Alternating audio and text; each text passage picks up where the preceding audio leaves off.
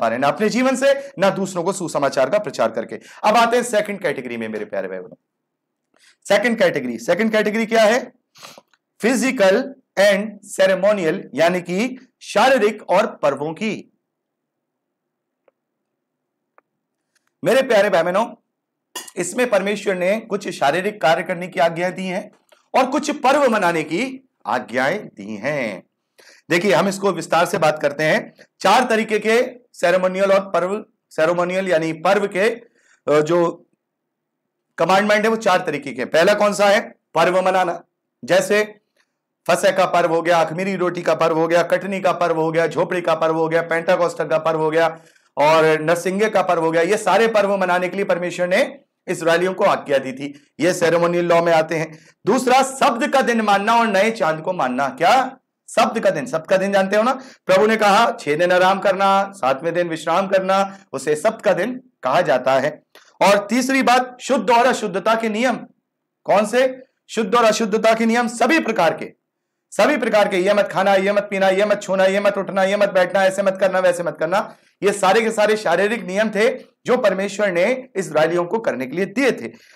चौथा, शरीर के कार्य बड़े कंपलसरी थे साहब। पहले क्या था? खतना कराना। खतना में सांप में से जाना जानते हो तो सरकमसाइज बोलते हैं उसे, जो मुस्लिम लोगों में आज भी होता है। मेन पार्ट का क्या होता है? उसकी आगे की खाल को कट करके एक खतना होता है, उससे खतना कहते हैं, सरकमसाइज।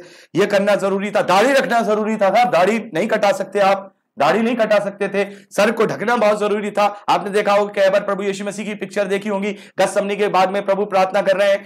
वो खैर असली पिक्चर नहीं है, लेकिन आपने देखा होगा शॉल से उसका क्या है, उसका सर ढका है। तो हम क्या देखते हैं कि ये सब प्रकार की जो शारीरिक कार्य थे एक्सेट्रा एक्सेट्रा परमेश्वर ने इस्राएलियों को करने के लिए दिए थे। तो 4 प्रकार के यहां पर हम सेरेमोनियल एंड फिजिकल कमांडमेंट देख रहे हैं, पर्वों के और शारीरिक कार्यों को। तो एक एक करके हम बात करेंगे। सबसे जो महत्वपूर्ण इसमें जो है, इन चारों बातों में जो सबसे महत्वपूर्ण है वो 7 प्रकार के पर्व हैं जिन्हें कुछ अज्ञानी या महाज्ञानी लोग आज भी कहते हैं कि फसह मनाओ, सब्त का दिन मनाओ।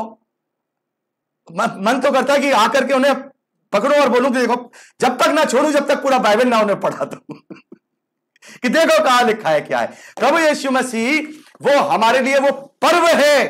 प्रभु यीशु मसीह वो 7 प्रकार के पर्व हैं जो प्रभु यीशु मसीह ने पूरे किए हैं। जानते हैं जिन पर्वों को मनाने के लिए जो महाबुद्धिमान कल्ट लोग कहते हैं ना, फसह का पर्व मनाओ और ये मनाओ। एक आ गए हैं बहुत सारे माता यरूशलेम वाले हैं, बहुत सारे लोग हैं यहोवा विटनेसेस वाले हैं, फसह का पर्व मनाओ। अरे तुम कहां से मनाओगे? तुम्हारा पर्व नहीं है भाई, वो तो परमेश्वर का पर्व था जो उसने अपने इकलौते पुत्र से के द्वारा मनाया है।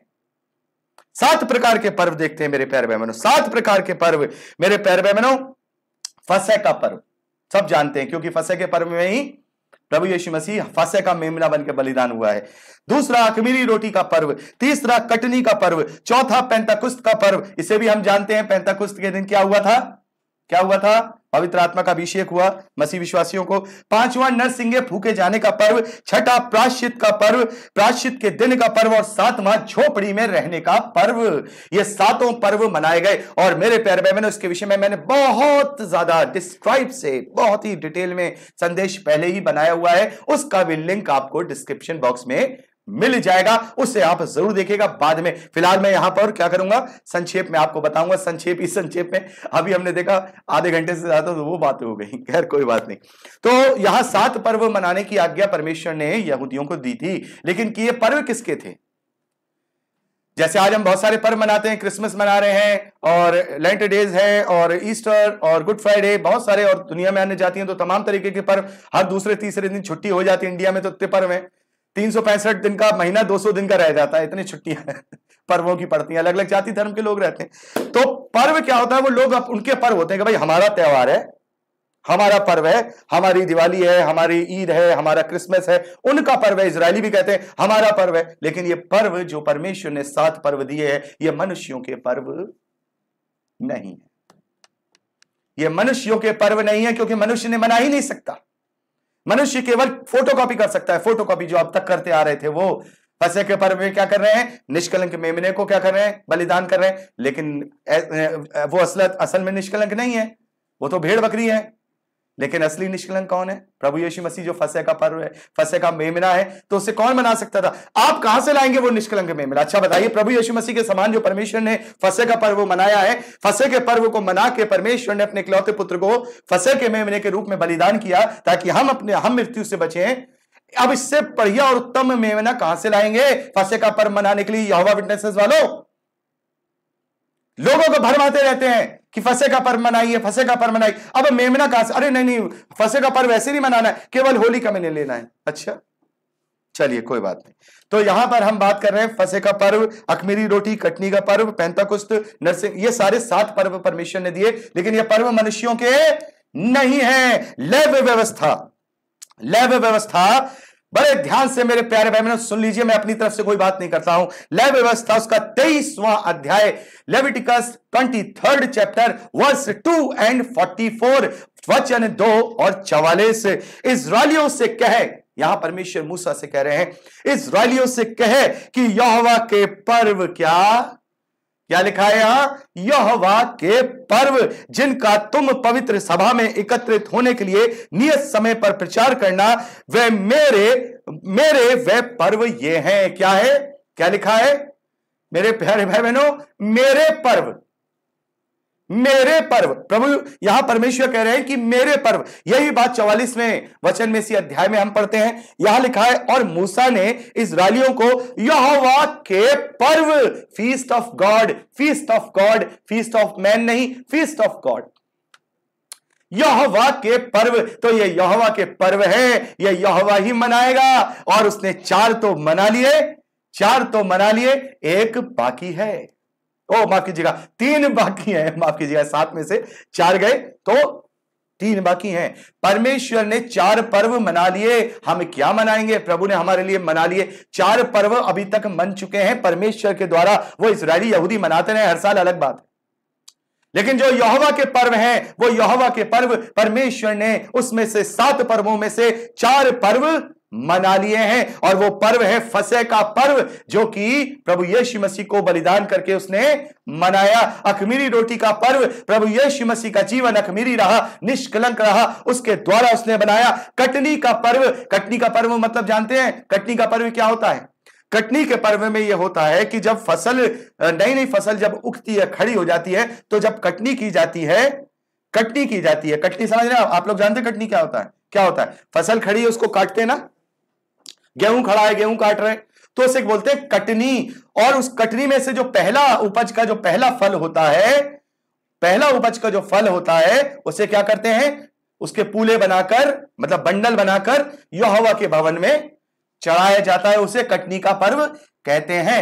तो परमेश्वर ने कैसे बनाया कटनी का पर्व? अच्छा, परमेश्वर कौन है? परमेश्वर किसान है। हम कौन है? हम उसकी फसलें हैं।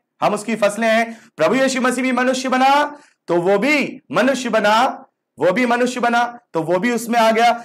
सबसे पहला फसल का कटनी की फसल कौन है? प्रभु यीशु मसीह। हालेलुया। परमेश्वर ने सबसे पहले किसको पुनरुत्थान किया? सबसे पहला पुनरुत्थान किसका किया? सबसे पहला पुनरुत्थान प्रभु यीशु मसीह का हुआ, और वो पहला फल हुआ। कटनी का पहला फल परमेश्वर ने काट लिया है। कौन है वो? यीशु मसीह। आइए हम इसको वचन से पढ़ते हैं, बिना वचन के बात नहीं करेंगे।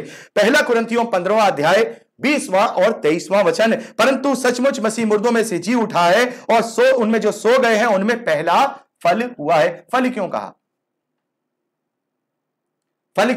फल हुआ है, नॉट पहला फल हुआ है। और 23वें वचन में, परंतु हर एक अपनी अपनी बारी से पहला फल मसीह, फिर मसीह के आने पर उसके लोग। तो क्या है कटनी का पर्व? देखो, फसह का पर्व परमेश्वर ने मना लिया यीशु मसीह के रूप में, है ना। अखमीरी रोटी का पर्व मना लिया प्रभु यीशु मसीह के रूप में, वो अखमीरी था। अखमीरी मतलब उसमें कोई कलंक नहीं था। और कटनी पहला फल प्रभु यीशु मसीह है। इसको विस्तार से आप उस संदेश में देख लीजिएगा, यहां मैं जरा थोड़ा भाग रहा हूं। तो कटनी का पर्व। अब पेंताकुस्त का दिन क्या है? पेंताकुस्त का दिन क्या है मेरे प्यारे बहनों? ये इसको मैं आपसे रिकमेंड करूंगा कि आप प्लीज उसको जरूर देखिएगा, उस संदेश को। अगर आप देख चुके हैं तो आप अच्छी तरह से समझ जाएंगे। पेंताकुस्त का दिन क्या होता है मेरे प्यारे बहनों? पेंताकुस्त का दिन होता है जब ये मनाया जाता है लगभग 50 दिन के बाद। जब जो कटनी का जब पर्व मनाया जाता है, मैं आपको बताना चाहूंगा जैसे कैसा होता है। निशान के पहले महीने में, जो पहला महीना निशान का है यहूदियों का, उसके 14वें दिन से फसह का पर्व शुरू होता है। फिर अखमीरी रोटी का 10 दिन का पर्व, फिर उसके बाद हम देखते हैं जो कटनी का पर्व, उसके ठीक 50 दिन के बाद, कटनी के पर्व के ठीक 50वें दिन बाद पेंतकुस्त का पर्व मनाया जाता है। हमने क्या बनाया वो देखेंगे, परमेश्वर ने क्या बनाया वो देखेंगे। लेकिन उस वक्त क्या होता था इस पर्व में, उसमें क्या होता था, जैसे हमने पहली कटनी काटी, पहली फल काटी, तो पहली उपज ले जाकर क्या करा हमने, परमेश्वर के भवन में चढ़ा दिया। और फिर कटनी करी, कटनी करके उसके पूले बनाए मतलब देखा हो ना, गांव वाले जो गांव में किसान है वो जानते हैं, उसके बंडल बनाए। और फिर क्या किया, उसको साफ करके छान के भूसी को अलग करके, गेहूं को अलग करके क्या करा, खत्तों में जमा करते हैं भाई, सारे पूरे साल के लिए भाई खाना है, पूरे साल तो जमा करते हैं ना स्टोर में।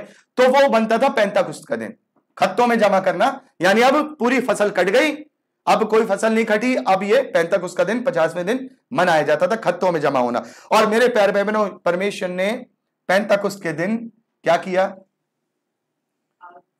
उसने क्या किया, उसने भी आग से अभिषेक करके अपने लोगों को अलग कर दिया।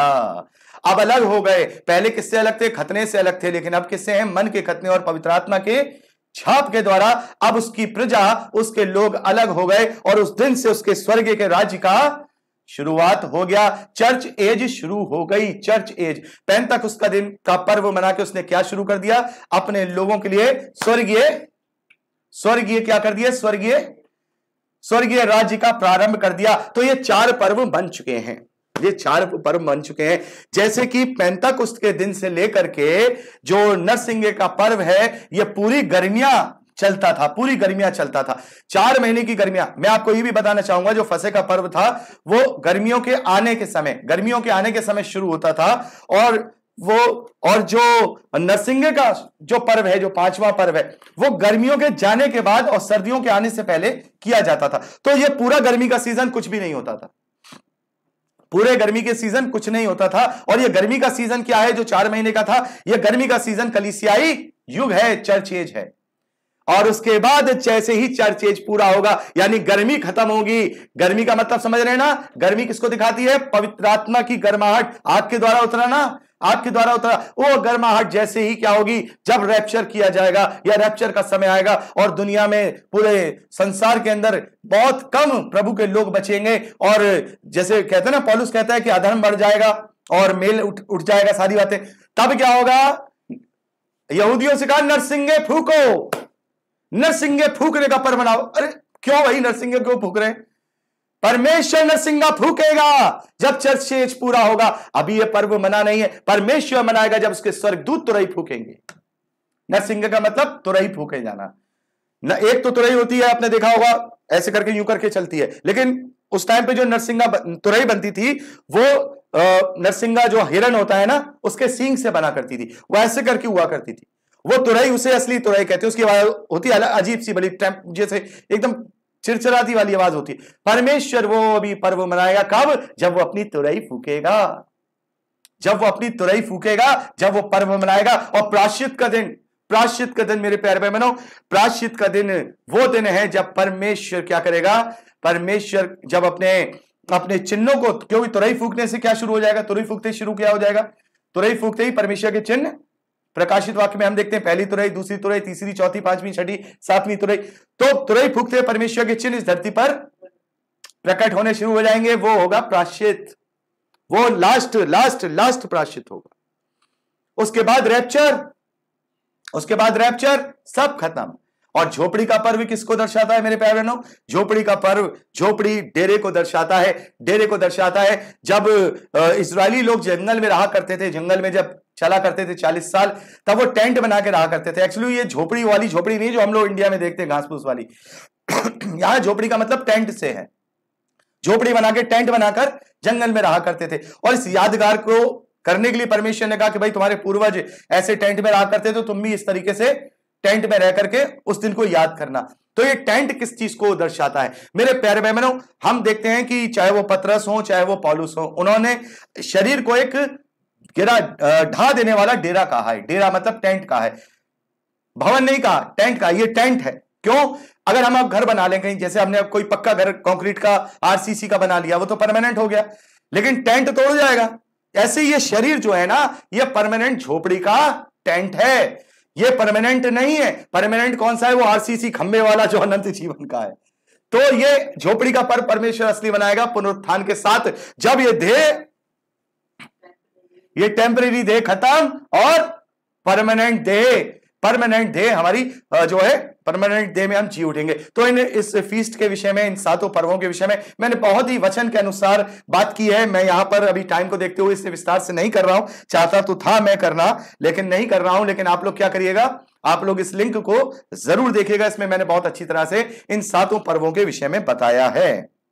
अब बात करते हैं, बहुत ही इंपॉर्टेंट बात पर आते हैं। बहुत सारे लोग कहते हैं सप्त का दिन मनाओ, सप्त का दिन मनाओ सप्त का दिन मनाओ।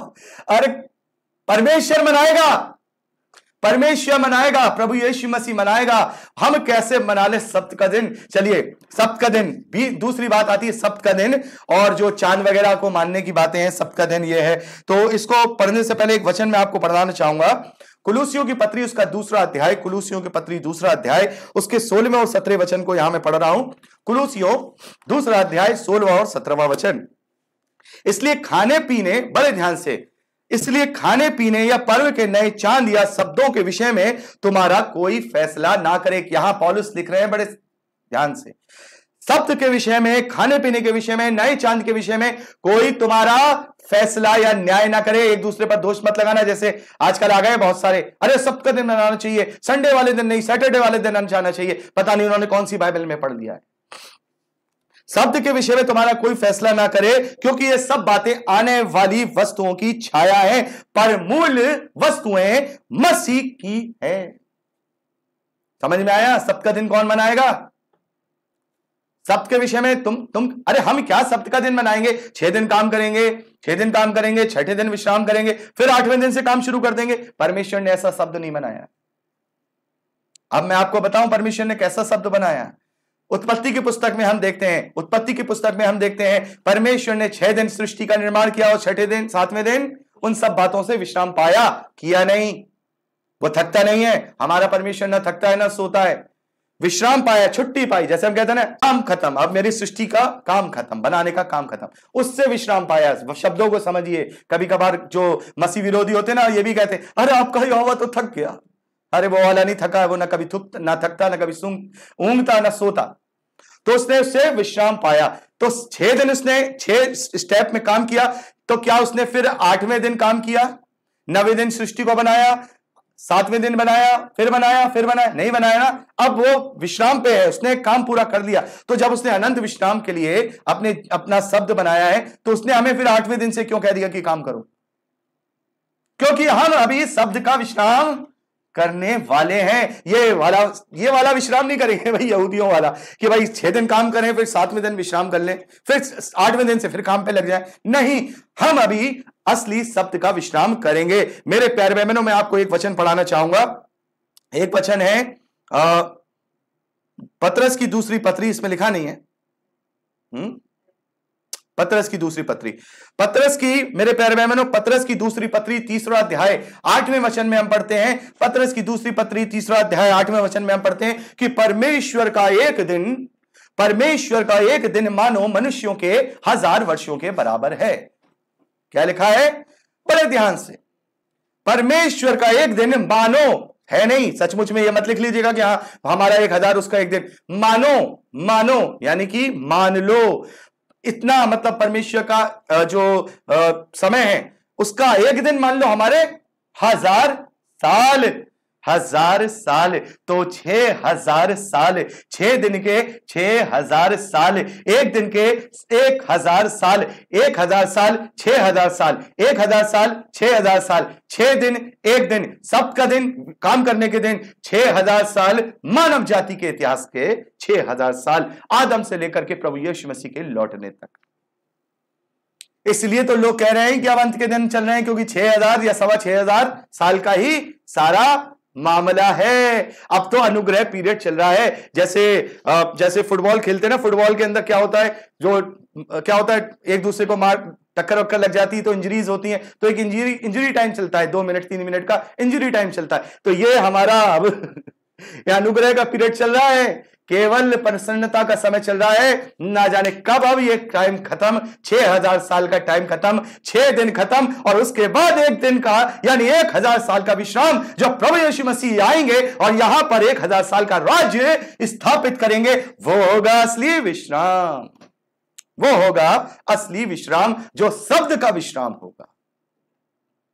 मेरे प्यारे भाई बहनों, हम आत्मिक हैं, अब हम फिजिकल नहीं हैं जो हम ये शब्द के दिन का विश्राम मनाते रहे। प्रभु यीशु मसीह ने कह दिया है कि शब्द का दिन मनुष्यों के लिए बनाया गया है, ना कि मनुष्यों को शब्द के दिन के लिए।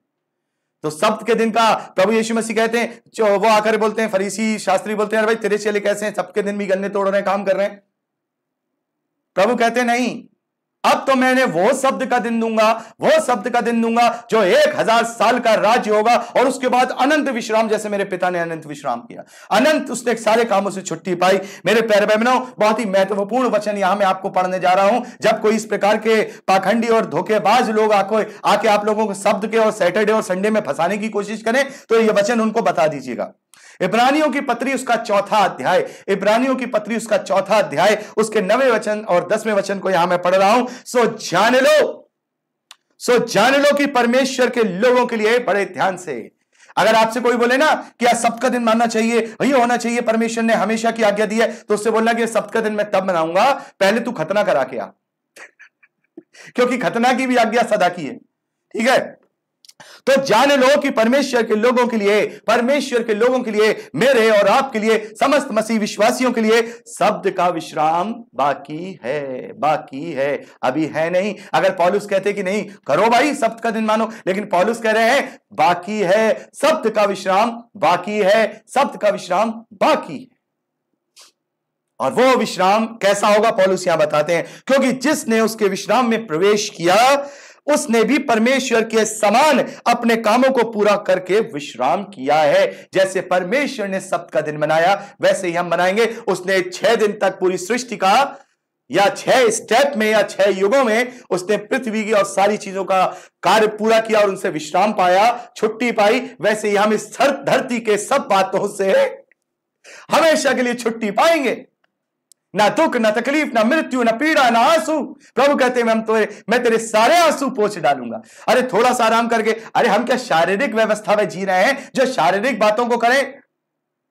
अब शारीरिक कुछ भी नहीं है, प्रभु ने सब पूरा कर दिया, सब पूरा कर दिया। सप्ताह का विश्राम भी अभी मनाना बाकी है। प्रभु अभी सारी व्यवस्थाओं को पूरा करेंगे।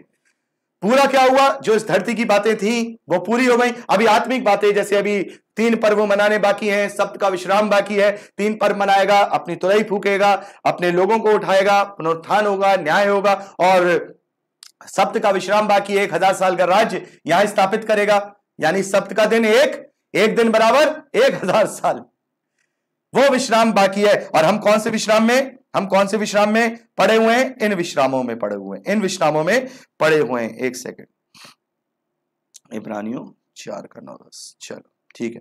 तो मेरे प्यारे भाई बहनों, हमने बहुत ही अच्छी तरह से यह शब्द के विषय में भी देख लिया। शब्द का दिन भी क्या है, अब मसीह विश्वासियों पे लागू नहीं होता। क्यों नहीं होता? अगर हम व्यवस्था का एक काम करना चाहेंगे तो हमें फिर सारे काम करने पड़ेंगे। यह कैसे हो सकता है कि केवल एक शब्द का दिन मान लो, फसह का सब? अरे परमेश्वर अब इन चीजों से हमें उठा चुका है, अब वो हमें आत्मिकता में देखता है। अब हमारा जो पदोन्नति हो चुकी है, हमारा प्रमोशन हो गया है। पहले यहूदियों तक, प्रभु यीशु मसीह के आने तक हम अभी नर्सरी केजी में पढ़ा करते थे, अब हम ग्रेजुएट हो गए हैं। कोई हमें वापस अब नर्सरी में पढ़ा सकता है? हमें कोई अब वापस नर्सरी में कहे नहीं साहब आप ग्रेजुएट हो और आपको नर्सरी और केजी दोबारा पढ़नी पड़ेगी, तो क्या आप पढ़ेंगे? नहीं पढ़ेंगे ना। हम तो, हमारे वो प्रमोशन हो गया, हम आत्मिक हो गए, अब फिजिकल से आत्मिक हो गए। अब हम में से ना तो अपने लिए कोई जीता है, ना अपने लिए कोई मरता है। जो भी जीता मरता कुछ भी करता प्रभु के लिए करता है। और हमने गलातियों 20 में पढ़ते ना, 2:20 में, गलातियों 2:20 में यही पढ़ते हैं कि अब हम अपने आप में जीवित नहीं है, अब हम में मसीह जीवित है। तो जब हम में मसीह जीवित है तो हम अब मसीह जब हम मसीह हम में जीवित हो, अब तो हम कुछ है ही नहीं, हम तो आत्मिकता के बीज से, जो परमेश्वर का आत्मिक बीज है, उससे नया जन्म पा चुके हैं। यहूदी नहीं पा चुके थे। तो जो लोग आकर के सब्त के दिन की पैरवी करते हैं कि सब्त का दिन मानो, सब्त का दिन मानो, तो कहते भैया तुम तो फिजिकल हो, नर्सरी क्लास में पढ़ने वाले, हम तो भैया ग्रेजुएशन कर चुके हैं। क्यों? क्योंकि परमेश्वर ने हमारा उस पवित्र से अभिषेक कर दिया है और अब हम आत्मिक हैं। अब हम में हम नहीं जीवित रहे, अब जेम्स में जेम्स नहीं, यीशु जीवित है। संडे को आराम कर। अगर पुराने नियम की बातें अगर करने चले ना, एक बहन कहती है कि बहुत सारे पास्टर कहते हैं कि संडे को आराम करो। जानते हैं विश्राम दिन का नियम क्या है? पास्टर जी जो ये कहते हैं, जानते हैं विश्राम का नियम क्या है? तुम्हारे घर में आग भी ना जले। क्या पास्टर जी जो ये बोलते हैं, ये कटिंग करके भेज दीजिएगा। पास्टर जी पुराने नियम में लिखा है तुम्हारे घर में आग भी ना जले, अगर आग जली तो पथरवा करके मार दिया जाए। क्या पास्टर जी? पथरवा करके मार दिया जाए। और जब आप चर्च आते हैं घर से, तो कैसे आते हैं? कैसे आते हैं? स्कूटर से, कार से, मोटरसाइकिल से आते हैं ना, और उसमें जो स्पार्किंग होती है, आग लगती है जिससे मोटरसाइकिल बढ़ती है, तो पत्थरवा करके ना मार दिया जाए तुम्हें कि उस दिन आग कैसे चली आपके घर में? विश्राम कर लो। अरे आधी अधूरी बात क्यों भाई, पूरी बात करिए ना। ये कौन सी बात हुई कि हम तो ये करेंगे वो नहीं करेंगे? अरे भैया विश्राम करोगे तो घर में रोटी नहीं पकाओगे, रोटी पकाई तो पत्थरवा करके मार देंगे। समझ में आया? इसलिए अधूरी बातें अधूरे ज्ञान के लोग करते हैं। वो ये नहीं जानते विश्राम के साथ साथ क्या कहा गया है। क्या कहा गया है? 1.25 मील से ज्यादा बढ़ना मत, पैदल चलना मत। और अगर चर्च आपका 15 किलोमीटर दूर है तो नहीं जाते हो। और हमारा तो भैया हम जब हमने जन्म पाया था तो हमारा चर्च तो 17 किलोमीटर दूर था, तो हम जाते थे वहां अपने चर्च में। तो अब भैया सब विश्राम वाले दिन तो बोला कि 1.25 मील से ज्यादा मत चलना, तो अब क्या करें? अरे कुछ तो यार समझें, कुछ तो देखो वचन की बातें। तो सब्त का दिन नहीं मनाना है, कोई विश्राम नहीं, कुछ नहीं हमें। हाँ ये मैं आपको बताना चाहता हूं कि रविवार का दिन ही क्यों, रविवार का दिन ही क्यों, मैं आपको बताना चाहूंगा मेरे प्यारे भाई बहनों। रविवार का दिन ही चेलों ने क्यों चुना? मेरे प्यारे भाई बहनों, प्रभु यीशु मसीह का पुनरुत्थान सप्ताह के पहले दिन यानी रविवार को हुआ। पेंतकुस्त का दिन यानी सप्ताह का पहला दिन रविवार था। यही कारण था कि जो चेले हैं वो सब दिनों को एक सा मानते थे, लेकिन उन्होंने डिसाइड किया कि भाई जैसे प्रभु का पुनरुत्थान हमारा सप्ताह के पहले दिन हुआ है, क्योंकि प्रभु शुरुआत है अंत नहीं है, प्रभु शुरुआत है अंत नहीं है, व्यवस्था अंत थी इसलिए 7वां दिन था। आप देखिए ये अभी परमेश्वर ने ये बात मेरे मन में डाली है, सुनिए। जो व्यवस्था अंत थी इसलिए 7वां दिन था, प्रभु यीशु मसीह शुरुआत था इसलिए पहला दिन था। हालेलुया। तो we are starting not the end, और व्यवस्था एंड है, प्रभु यीशु मसीह शुरुआत है। इसलिए सप्ताह का पहला दिन रविवार को प्रभु यीशु मसीह का पुनरुत्थान हुआ। बड़े ध्यान से, क्यों नहीं हो गया सप्ताह के 7वें दिन? पहले दिन ही हुआ, रविवार को हुआ। क्यों हुआ? सप्ताह का पहले दिन प्रभु से शुरू हुआ। पेंतकुस्त परमेश्वर का अभिषेक कौन सा दिन? रविवार। पेंतकुस्त हमेशा, मेरे प्यारे बहनों, पेंतकुस्त सालों से सबसे बन रहा है, वो रविवार को ही बनेगा, क्योंकि 49वें दिन जब 7वां दिन होता है तो उसके पहले दिन को पेंतकुस्त बनता है, जो सोमवार, माफ कीजिएगा, रविवार का ही दिन होता है। मैंने कहीं सोमवार तो नहीं बोल दिया बीच में? रविवार का दिन, संडे का दिन सप्ताह का पहला दिन होता है। इसलिए मेरे प्यारे बहनों, हम शुरुआत हैं, जो लोग सप्त का दिन मानने वाले हैं वो एंड हैं, वो अंत है। प्रभु पौलुस कहते हैं ना कि प्रभु यीशु मसीह व्यवस्था का अंत है, प्रभु यीशु मसीह व्यवस्था का अंत है। तो सैटरडे एंड मंडे, वो मंडे, बार मैं मंडे बोल रहा हूं, मैं बोल गया हूं शायद, संडे सप्ताह का पहले दिन। अगर मैं कहीं मंडे बोल गया हूं तो प्लीज मैं उसके लिए माफी चाहूंगा, आप संडे समझिएगा, ठीक है? अभी बोला था मैंने। तो हम समझ गए सप्त का दिन अब हमें फिजिकल रूप से नहीं बनाना है। तीसरी बात मेरे प्यारे भाई बहनों, जो शारीरिक नियमों में आते हैं, तीसरी बात शारीरिक नियमों में, फिजिकल लॉज में, सेरेमोनियस लॉ में आते हैं, वो क्या है? शुद्ध और अशुद्धता के नियम। शुद्ध और अशुद्धता के नियम, ये मत खाओ, वो मत खाओ, ये मत कियो। तो मेरे प्यारे भाई बहनों, प्रभु यीशु मसीह ने अपने पूरे जीवन में न केवल आत्मिक रूप से बल्कि शारीरिक रूप से भी परमेश्वर के लिए निष्कलंक रह करके हमारे लिए यह व्यवस्था भी पूरी की है, और उसने हमें इससे छुड़ा लिया है। कौन सी व्यवस्था? प्रभु यीशु मसीह ने अपने पूरे जीवन भर सारे कायदे कानून पालन किए हैं, शुद्ध और अशुद्धता के। वो तो निष्कलंक रहा, हम तो जानते उसमें कोई दोष नहीं था। तो कोई दोष नहीं था मतलब व्यवस्था को तोड़ने का एक भी दोष उसके अंदर नहीं था। तो उसने शुद्ध और अशुद्धता के नियम भी पूरे कर दिए, अपने तरीके से पूरे कर दिए और खुद निष्कलंक होके हमारे लिए पाप बन गया ताकि हम परमेश्वर की धार्मिकता बन जाए। तो ये शुद्ध अशुद्धता के नियम भी प्रभु यीशु मसीह ने अपने पूरे जीवन में शुद्धता के साथ पूरे करके अब हमें इस बंधन से भी छुड़ा लिया है। और प्रभु ने तो उसके विषय में साफ बात बोली दी है। हम पढ़ सकते हैं मत्ती रचित सुसमाचार 15वां अध्याय 23वां अध्याय, सब बातें प्रभु ने बताई हैं कि अब जो मुंह में जाता है वो संडास से निकल जाता है। इसलिए अब मन की बात करते हैं। प्रभु यीशु मसीह ने हमें क्या कर दिया, हमें आत्मिक कर दिया है ना, हमें हमारा नया जन्म हो गया भाई। अब हम पहले क्या थे, नर्सरी क्लास में पढ़ते थे, अब हम ग्रेजुएट हो गए हैं, अब हमारा प्रमोशन हो गया है। हम अब परमेश्वर का अविनाशी बीज के द्वारा नया जन्म पाए हुए हैं। पहले हम दूर थे, अब पास हो गए हैं। पहले दास थे, अब स्वतंत्र हो गए हैं। अब हम परमेश्वर की संतान हो गए हैं। तो अब हम जब आत्मिक हो गए हैं तो आत्मिक बातें ही हम पर लागू होंगी। अब चौथी बात मेरे प्यारे भाई बहनों, चौथी बात हम करेंगे शारीरिक कार्यों की। कैसे?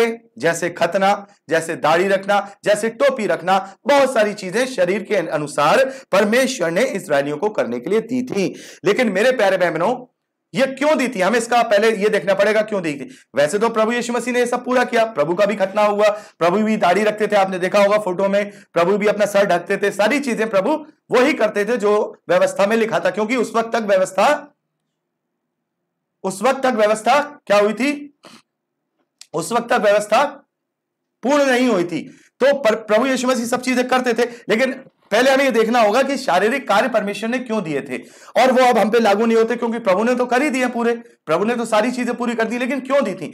ये इसलिए दी थी ताकि इस्राएलियों की एक अलग पहचान, क्योंकि इस्राएली उस वक्त शारीरिक रूप से थे, आत्मिक तो थे नहीं, शरीर के रूप से परमेश्वर की निज प्रजा थे। आज हम आत्मिक रूप से हैं, तो एक अलग पहचान दे दी। क्या दे दी भाई? खतना होगा तो पहचान हो जाएगी अलग कि भाई ये क्या है, यहूदी है। मान लो दो आदमी टकराए तो भाई बोले कि मैं भी यहूदी हूं, तुम हो तो खतना होना चाहिए।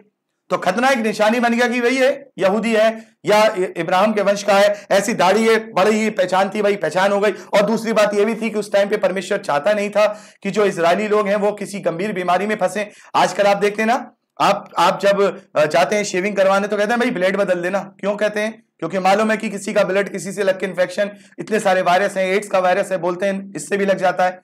तो परमेश्वर जानता था ये सारे वायरस दुनिया में फैले हुए हैं, मेरी प्रजा को कोई परेशानी ना हो, क्योंकि मुझे तो इससे बहुत बड़े काम कराने हैं। परमेश्वर अपने इकलौते पुत्र को उनके द्वारा भेजना चाहता था। समय से पहले ही अगर बर्बाद हो जाते, नष्ट खत्म हो जाते, फिर क्या होता? तो परमेश्वर ने उन्हें इन सब बातों में बांध दिया कि भाई तुम ये मत खाना, वो मत खाना, चमगादड़ मत खाना। ये चमगादड़ खा करके तो ले आए चाइना वाले, क्या होते हैं, कोरोना का वायरस।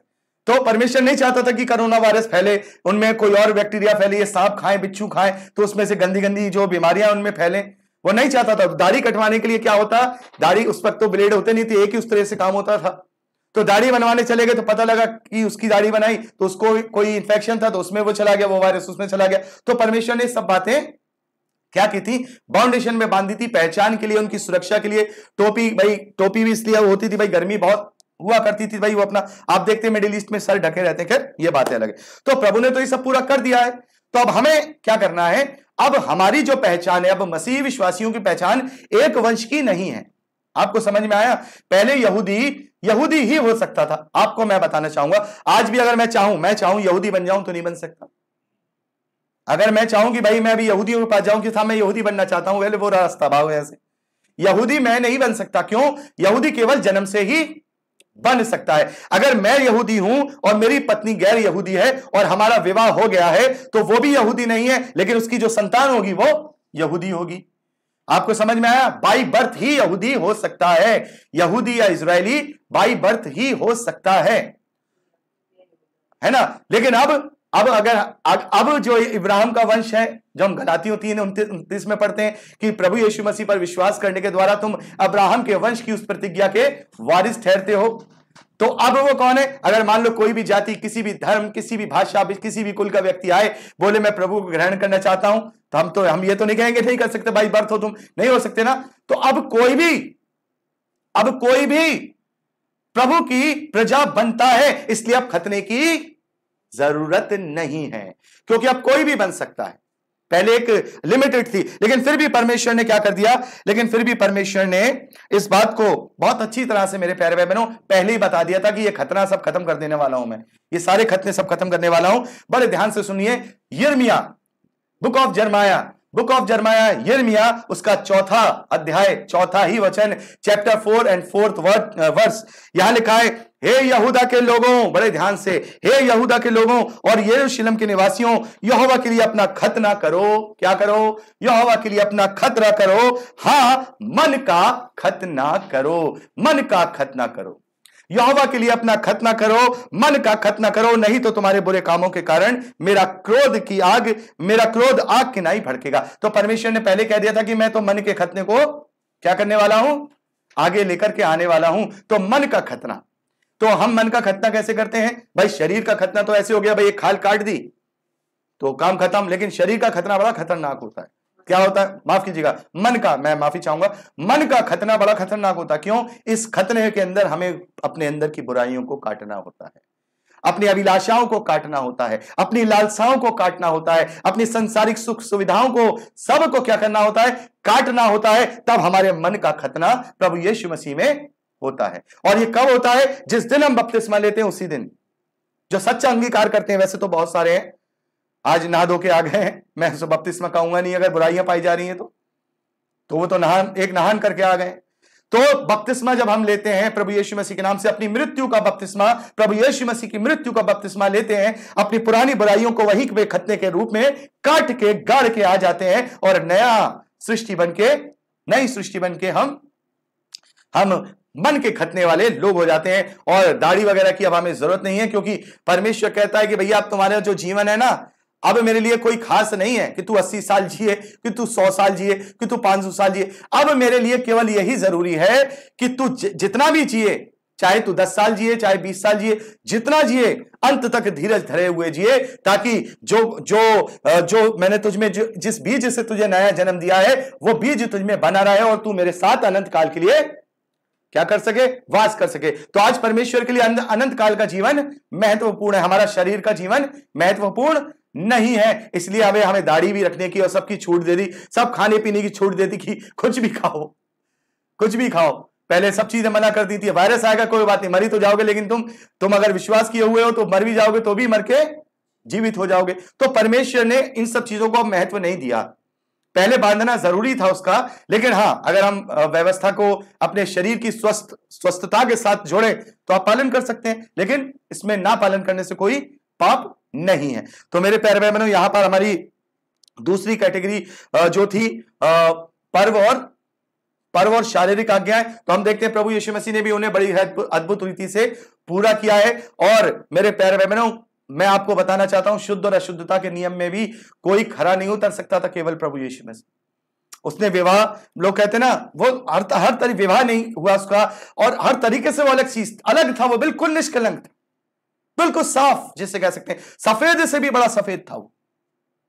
धार्मिकता में सफेद का भी अगर कोई सफेद होगा तो वो सफेद, तो उसने सारी चीजें पूरी कर दी है। अब बात करते हैं तीसरी कैटेगरी की, जो कि है मोरल लॉज। क्या है? Moral laws. और मोरल लॉज मेरे प्यारे बहनों, प्रभु यीशु मसीह ने अपने जीवन में किस तरीके से पूरी की है। उसने जो हमें मोरल बातें बताई हैं, सिखाई हैं, उसने केवल आज्ञा नहीं दी कि ऐसा करा करो, ऐसा करा करो, ऐसा करा करो, ऐसा करा करो। नो, उसने अपने जीवन में वो करके दिखाई, अपने जीवन से वो दर्शाई हैं। जो बातें वो कहता है कि शत्रुओं से प्यार करो, उसने अपने जीवन में करके दिखाई। अपने मारने वालों को क्षमा करके गया, अपने जीवन से वो सारी मोरल लॉ। तो मोरल लॉ जो है मेरे प्यारे बहनों, जो नैतिक आज्ञाएं हैं, वो प्रभु यीशु मसीह ने और बढ़ा दी। ये दो चीजें तो खत्म कर दी, अब विधि विधान करने की जरूरत नहीं, क्योंकि मैंने कर दिया भाइयों। प्रभु कह रहा है मैंने कर दिया, विधि विधान करने की जरूरत नहीं है, पर्व मनाने की जरूरत नहीं, क्योंकि परमेश्वर मनाएगा, सारी चीजें खत्म। लेकिन अब ये मोरल लॉ जो है, चूंकि मोरल लॉ इसलिए क्योंकि तुम आप पवित्र आत्मा का मंदिर बन गए हो और मैं तुम में वास करता हूं, इसलिए तुम्हें मोरल लॉ मेरे हिसाब से पूरे करने हैं। अब और बढ़ा दिया परमेश्वर ने मोरल लॉ, नैतिक लॉ दुगने तिगने कर दिए उसने। देखिए उदाहरण मैं दूं क्या? प्रभु यीशु मसीह कहते हैं कि तुमसे कहा गया था कि तुम हत्या मत करना। नैतिक लॉ में, मोरल लॉ में, व्यवस्था में यह कहा गया तुम्हें हत्या नहीं करनी है।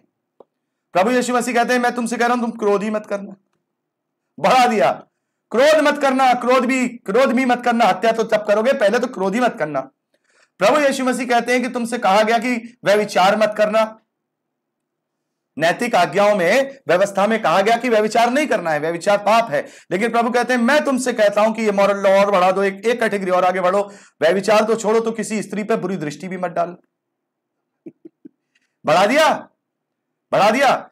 मेरे प्यारे बहनों, प्रभु यीशु मसीह ने मोरल लॉ को और बढ़ा दिया। तलाक के लिए मना कर दिया। तलाक के लिए बोला कि नहीं, तलाक तुम बिना व्यभिचार के कारण कि कोई अपनी पत्नी नहीं त्याग सकता। तो मोरल लॉ को परमेश्वर ने क्या कर दिया, प्रभु यीशु मसीह ने और बढ़ा दिया, अपने योग्य बना दिया। क्या? क्योंकि अब पवित्र आत्मा तुम में वास करता है, तो वैसे ही होने चाहिए तुम्हारे काम।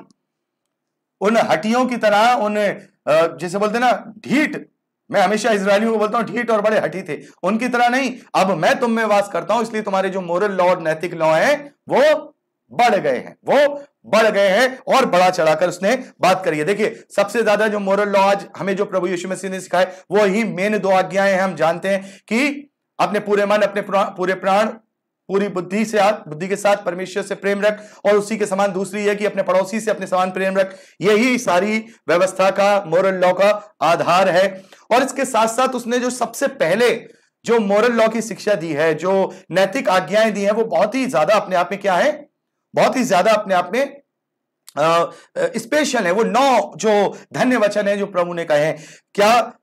मन के दीन होना, नम्र होना, संयम होना, शोकित होना, धार्मिकता, दया, मन की शुद्धता, मेल और प्रभु के लिए सताओ।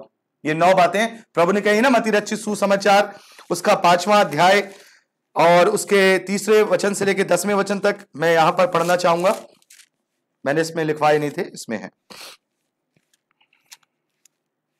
यस, धन्य है वे जो मन के दीन हैं। बड़े ध्यान से प्रभु यीशु मसीह ने ये कहा नहीं, बल्कि करके दिखाया, वो दीन था। धन्य है वे जो मन के दीन हैं। धन्य है वे जो शोक करते हैं। प्रभु यीशु मसीह ने कहा नहीं, करके दिखाया, वो लोगों के लिए शोकित था। धन्य है वे जो नम्र हैं। प्रभु यीशु मसीह ने नम्र होकर दिखाया, उसने कहा कि तुम्हें भी नम्र होना है। धन्य है वे जो दयावंत हैं। धन्य है वे जो धर्म के भूखे हैं। धन्य है वे जिनके मन शुद्ध हैं। धन्य है वे जो मेल कराने वाले हैं। प्रभु ने क्या किया? प्रभु ने मेल कराया हमारा परमेश्वर से, तो हमें भी सब लोगों का मेल परमेश्वर से प्रभु के द्वारा करवाना है, सुसमाचार के प्रचार के द्वारा। धन्य है वे जो धर्म के कारण सताए जाते। ये मॉरल लॉ उसने बढ़ाए। और देखिए क्या क्या मॉरल लॉ बढ़ाए। क्रोध के विषय में अभी हमने पढ़ाई। क्रोध में हम मत्ती रचित सुसमाचार 5वां और 6वां अध्याय पूरा पढ़ लीजिएगा। प्रभु यीशु मसीह ने जो भी नैतिक लॉ थे उन्हें बहुत चढ़ा करके हम पे लागू कर दिया है कि मेरे जो विश्वासी होंगे वो ऐसे होंगे कि अरे व्यभिचार की तो बहुत दूर की बात है, वो किसी स्त्री पर गंदी नजर भी नहीं डालेंगे, बुरी नजर भी नहीं डालेंगे। प्रभु कहते हैं कि बुरी नजर भी डाली ना अगर तुमने, तो व्यभिचार कर चुके। कहते ना प्रभु। पहले बात करते हैं क्रोध की, कुछ बात करके हम अभी बस ऐसे समाप्त करेंगे। क्रोध, तुम सुन चुके हो, तुमसे 5वें अध्याय को और 6ठे अध्याय को पढ़ लीजिएगा। तुम सुन चुके हो कि पूर्व काल के लोगों से कहा गया था कि हत्या ना करना, और जो कोई हत्या करेगा वो कचहरी में दंड के योग्य होगा। परंतु मैं तुमसे कहता हूं कि कोई अपने भाई पर क्रोध करेगा तो वो कचहरी के दंड के योग्य होगा। यानी क्रोध करने के लिए भी परमेश्वर ने, प्रभु ने मना कर दिया। और पौलुस कहते हैं क्रोध तो करो, लेकिन क्रोध तुम्हारा शाम तक ठंडा हो जाना चाहिए। वापस जाके तुम्हें अपनी गलती का एहसास करना चाहिए। और देखिए एक और बात, यहां पर प्रभु कहते हैं कि अपने ऊपर घमंड मत करना, अपने ऊपर घमंड मत करना। एक प्रचारक है, मैं नाम नहीं लूंगा, लेकिन वो एक बहुत गलत बात करते हैं। अच्छे बुरे कैसे मैं नहीं जानता, लेकिन वो एक बात गलत करते हैं। वो विश्वासियों को मूर्ख कहते हैं, और वो पौलुस का हवाला देकर के कहते हैं कि पौलुस ने भी मूर्ख कहा था। लेकिन पौलुस ने कभी विश्वासियों को मूर्ख नहीं कहा था, पौलुस ने हमेशा अविश्वासियों को मूर्ख कहा था। और आजकल तो उनके फॉलोवर भी लोगों को मूर्ख कहने लगे हैं। आप में से भी हो सकता है हो, जानते हो आप भी।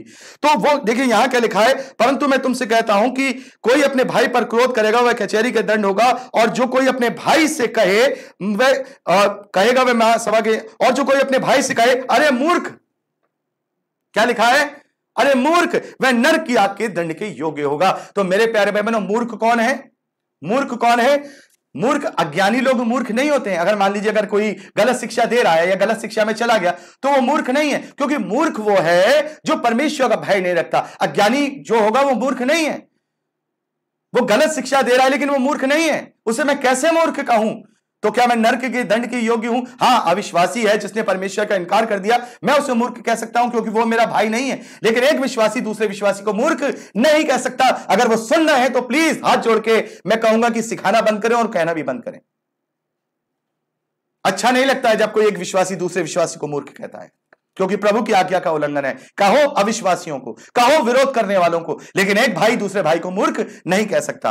व्यभिचार के लिए अभी हमने बात करी ली। व्यभिचार के लिए प्रभु कहते हैं 27वें वचन में, तुम सुन चुके हो कि व्यभिचार मत करना, पर मैं कहता हूं कि किसी स्त्री पर कोई कुदृष्टि डाले तो वह मन में उससे व्यभिचार कर चुका। प्रभु कहते हैं तलाक के विषय में कि व्यभिचार को छोड़ किसी को तलाक मत देना। शपथ के विषय में कहते हैं कि शपथ मत खाना, इससे बढ़कर तुम्हारी हाँ की ना और ना की ना होनी चाहिए, हाँ की हाँ और ना की ना होनी चाहिए। प्रभु कहते हैं बदला मत लेना, बदला मत लेना।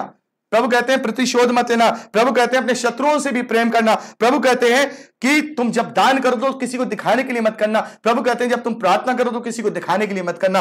प्रभु कहते हैं कि यदि तुम उपवास करो तो परमेश्वर के लिए करना। इसी प्रकार की बहुत सारी अनगिनत बातें जो कि हम मत्ती रचित सुसमाचार 5वें अध्याय से लेकर 7वें अध्याय तक इन तीनों अध्यायों में पढ़ते हैं।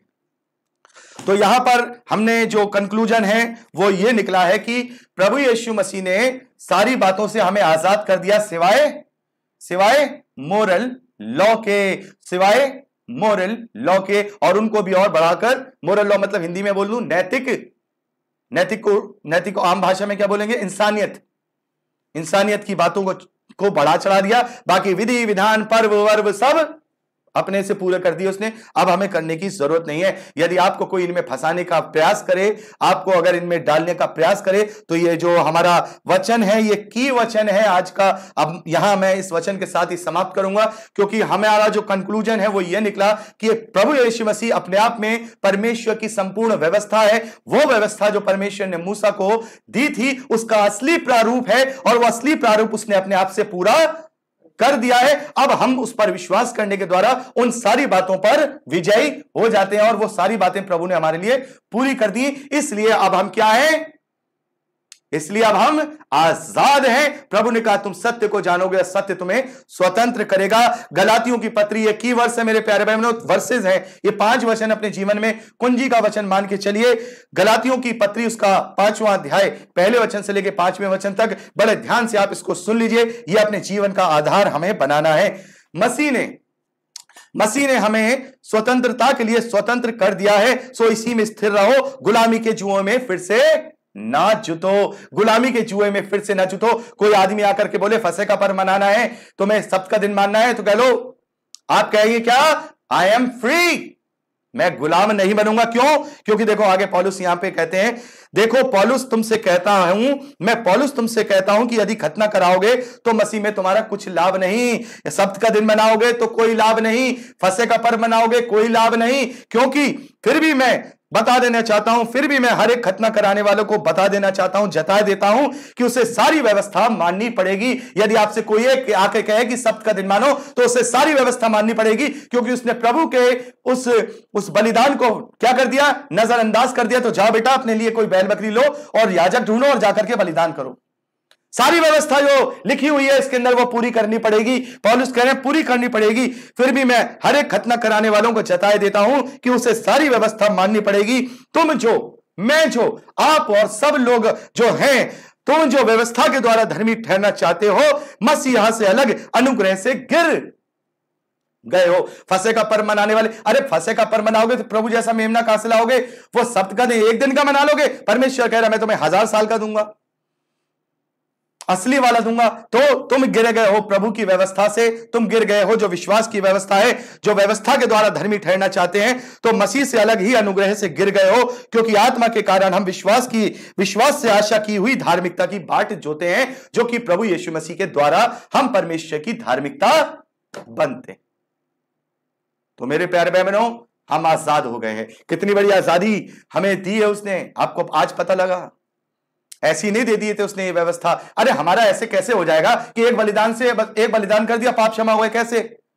अब पता लगा कितनी सारी व्यवस्थाएं पूरी करवाई है परमेश्वर ने अपने पुत्र से, एक एक बात पूरी करवाई है, तब जाकर के उसके बदले में हमें क्या मिला है? क्षमा मिली है। केवल उसने बलिदान ही नहीं किया, बहुत सारी बातें की उसने। हाँ, और जो लोग ये बोले ना कि ये कैसा परमेश्वर जो अपने आप को नहीं बचा सका, तो अब आपके पास मालूम है कि वो बचाने नहीं, वो बलिदान होने आया था, व्यवस्था पूरी करने आया था। जिंदगी भर लगे रहोगे, घंटे बजाते हुए कुछ नहीं होगा, जिंदगी भर कैंडल जलाते रहोगे कुछ नहीं होगा, अगरबत्तियां जलाते रहोगे कुछ नहीं होगा, चादर चढ़ाते रहोगे कुछ नहीं होगा, क्योंकि हमारे महान पिता परमेश्वर के इकलौते पुत्र ने क्या कर दिया, अपना सारा कार्य पूरा कर दिया। जो व्यवस्था, जो पूरे शरीयत, जो पूरी कानून, जो लॉस थे, वो यीशु ने पूरे करके हमसे कहा कि अब भाई केवल विश्वास करो, बाकी सब तो मैंने तुम्हारे लिए कर चुका हूं। क्या? अब तो मैं तुम्हारे लिए सब कर चुका हूं, बस आ जाओ मेरे पीछे। इंजन में बन गया हूं, डब्बे बन जाओ। इंजन में बन गया हूं, इंजन में बन गया हूं, सारे एफर्ट उसने कर लिए हैं, बस उसकी विश्वास की दौड़ थामे रहो, उद्धार को थामे रहो। वो कहा जा रही है सीढ़ी, बचपन में गाना संडे स्कूल में गाते थे, कौन सा? छोटी छोटी जीवन गाड़ी हाथ से नहीं बनती है, दूर दूर जाती है, 2 स्टेशन होते हैं, स्वर्ग और नरक होते हैं। तो इब्लीस एक स्टेशन की बढ़ रही है वो इंजन की गाड़ी, और एक इंजन है यीशु मसीह, उसके डब्बे बन जाओ तो वो तो गया स्वर्ग, तो हम भी स्वर्ग जाएंगे। हालेलुया। चलिए, परमेश्वर का धन्यवाद है। तो इन्हीं बातों के साथ अपने यहां संदेश को हम समाप्त करते हैं। प्रभु आप सबको बहुत आयत की आशीष दे इन वचनों के द्वारा। यीशु